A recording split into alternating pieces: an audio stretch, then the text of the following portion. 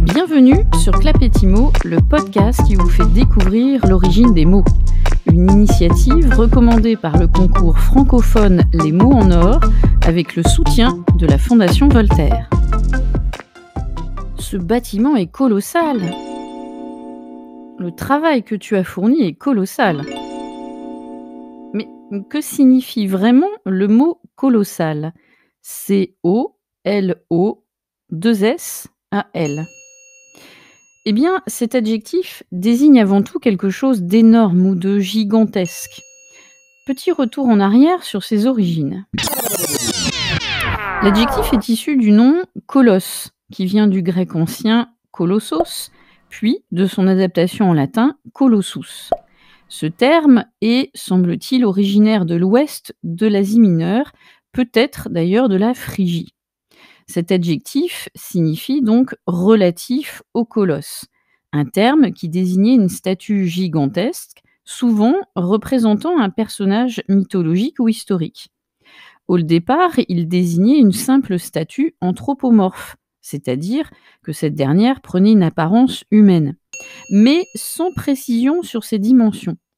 Ce n'est que plus tard que le sens de statue aux dimensions gigantesques est apparu. On pense alors bien sûr au colosse de Rhodes, cette gigantesque statue de bronze construite au IIIe siècle avant Jésus-Christ et qui mesurait environ 32 mètres de haut et qui représentait Hélios, le dieu du soleil personnifié. En français, vous l'avez compris, colossal conserve le sens originel et donc utilisé pour décrire des statues ou des édifices de grande taille. Mais il est rapidement devenu ce que l'on appelle un terme générique pour décrire toute chose qui était extrêmement grande ou importante.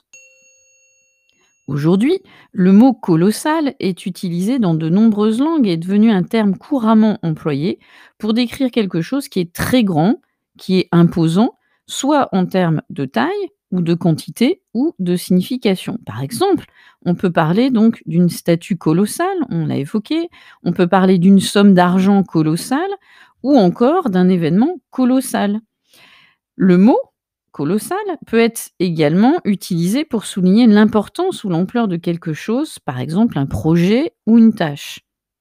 On pourrait d'ailleurs donner un synonyme de cet adjectif qui serait titanesque. Mais comment faire la différence entre colossal et titanesque ? En fait, ces deux adjectifs décrivent quelque chose de très grand et d'impressionnant. Mais ils ont des connotations légèrement différentes. Le mot colossal est souvent utilisé pour décrire quelque chose de très grand, d'importance considérable, et il s'applique à des choses concrètes, comme la statue ou le bâtiment, alors que le mot titanesque est plus spécifiquement utilisé pour décrire quelque chose de gigantesque et de surhumain. Il fait souvent d'ailleurs référence aux titans de la mythologie grecque, qui étaient des géants puissants et immortels.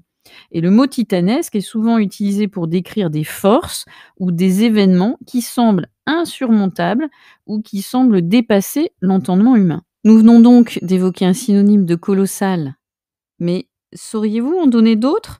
Ou c'est une entreprise qui vous paraît farfelue ? Farfelu. Allez, l'explication de ce mot au prochain épisode.